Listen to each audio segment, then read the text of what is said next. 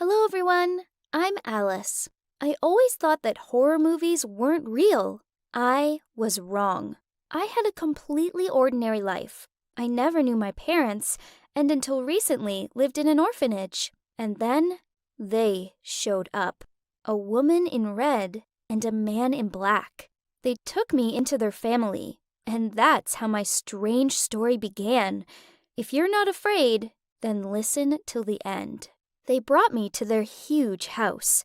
They seemed very kind, albeit sad. They told me I could just call them by their first names, Clarice and Carl, and also that they have a son, but he was not feeling well, and I would meet him later. Days passed, and I never saw him. Food was brought directly to his room. The door to it was always closed, and the blinds were drawn on the windows. One time, I noticed him watching me from his window. I asked Clarice why he never comes out. It seemed so strange to me. She said that I had nothing to fear, and that he and I would definitely get acquainted. Just later, the next day, Clarice and Carl left for the city. A thunderstorm started, and the lights went out in the house. I was scared to sit alone in the dark, especially in such a terrible thunderstorm. I decided that it would be better to wait it out with someone else. I didn't know what was waiting for me behind that door, but I knocked. He did not open, but I think I heard him breathing near the door. I went outside. At least it wasn't so dark there, and I noticed that he was watching me again. I decided that I would knock on his door until he opened it. But the door to his room was open. I went in. He was sitting with his back to me, and then he turned around sharply.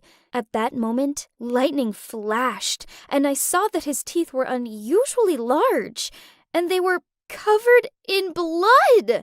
I screamed, and at that moment he approached me and took out the toy fangs from his mouth. The moron was just messing with me. I almost soiled my pants, and he thought it was funny. And he turned out to be totally normal, a little pale and thin, but still cute. And he had kind eyes, just like a child's. I couldn't even be angry with him for long. He said that he had long wanted to meet me. It's a pity that his parents didn't allow him to leave the room. I asked why. He told me that the last weekend had been especially hot, and he always gets bad in hot weather. Plus, he should never be out in the sun, so his windows are always closed. I didn't understand what kind of illness it was, and thought he was still pranking me. Then, he took me to a computer and looked up porphyria disease. If he does go outside, then only at sunset. And to heal, he needed to drink blood like a real vampire. The last part shocked me, but he said that he was joking. He didn't drink human blood. He got injections with genetically modified blood. That didn't make me feel much better. We talked until late at night. He was strange, but sweet. I even caught myself trying not to fall in love with him. After all, he was like a brother to me now. When his parents got back, I thought they were glad that they no longer had to hide him from me. But the next morning, Clarice asked me to treat him with care.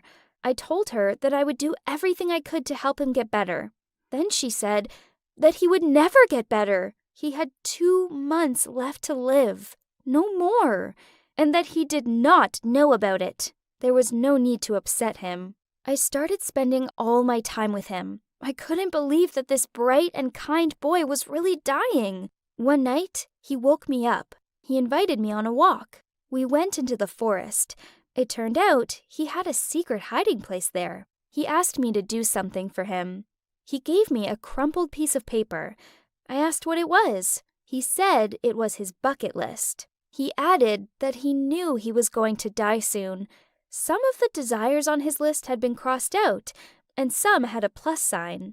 He asked me to help him get to know a girl. I couldn't say no to him. I asked Clarice to let us go into town, but she said it was too dangerous for him, so I decided to act on my own. When everyone was asleep, I borrowed Clarice's credit card and car keys and woke him up.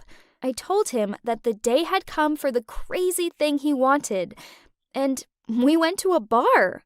We started off with a large beer. We started looking for a suitable girl for him. He was clearly embarrassed, and I wanted to invite one cute blonde to our table. She had been making eyes at him, but he stopped me. He told me that I didn't need to call anyone over. He was happy just to be with me. The idea with the girl failed, but I decided that day we would complete one more item from his list. We drove to our clearing in the forest. I apologized that the girl thing hadn't worked out. He didn't say anything. And then I kissed him. When we got home, his parents were already waiting for us. I thought they would throw a fit, but they just strictly said that it could never happen again. A month later, he was taken to the hospital, and then he was gone. I still can't believe it. A few days later, Clarice gave me a letter. It was from him. I couldn't bring myself to open it for a long time. Several months have passed. Clarice and Carl are kind to me. They see how hard it is for me, but they ask me to stay with them. They told me that it was he who asked them to get a child from an orphanage, to give them the opportunity to grow up in a good family, which he had. I don't want to offend them, but it is very difficult for me to stay in this house. Everything here reminds me of him. What would you do if you were me? And yes, his name was Kevin, and he was only 16. Thank you for listening to this story till the end. Hi, I'm Charlie. I'm 19 years old, and I spent a whole 10 hours alone with a beautiful girl. In a broken elevator. It was enough time to overcome our insecurities and show each other our best side. But everything went wrong. It happened on Christmas Eve. I hopped into the elevator and saw that my riding companion on a trip to the 6th floor was a very pretty girl. I took a deeper breath to better smell the scent of her perfume as the elevator jolted and froze. I was confused, wondering what had happened as she was already trying to report the problem to the elevator service. Strange, no one's answering. I'm Dina, she said, smiling. And I'm Charlie. She looked at me questioningly, expecting me to say something else, but absolutely nothing crossed my mind. Time passed and I continued to be silent, trying to look completely at ease as if I were not embarrassed by the awkward silence. I really wanted to get to know her better. When would I ever get another chance like this? I just couldn't figure out where to start. She spoke first. This is taking a long time. I hope we'll be out in time for the holiday. I heard that someone once spent 42 hours in a broken elevator. I fell silent when I saw her looking at me with frightened eyes. What was I doing? I'm a complete moron! An hour passed. After 2, we were sitting on the floor with backs propped against the not-so-clean elevator walls. After 4 hours, we were rummaging through all of our belongings in search of at least some kind of food. After 5 hours, we split a piece of candy that Dina found in her bag. After 6 hours, we felt like we had known each other for about 100 years. At this very cool moment of our imprisonment, I suddenly realized that more than anything, even more than Dina, I wanted only one thing. I urgently needed a toilet. Dina noticed that something was wrong with me. I didn't want to talk, but I couldn't hold it anymore. She quickly pulled an empty water bottle out of her bag. Here you go. Do it. I shook my head. I couldn't do it in front of her. Yes, come on. There will only be a real problem if I have to go. A bottle's not going to save me. Take it, and I will turn away. I tried, but nothing worked.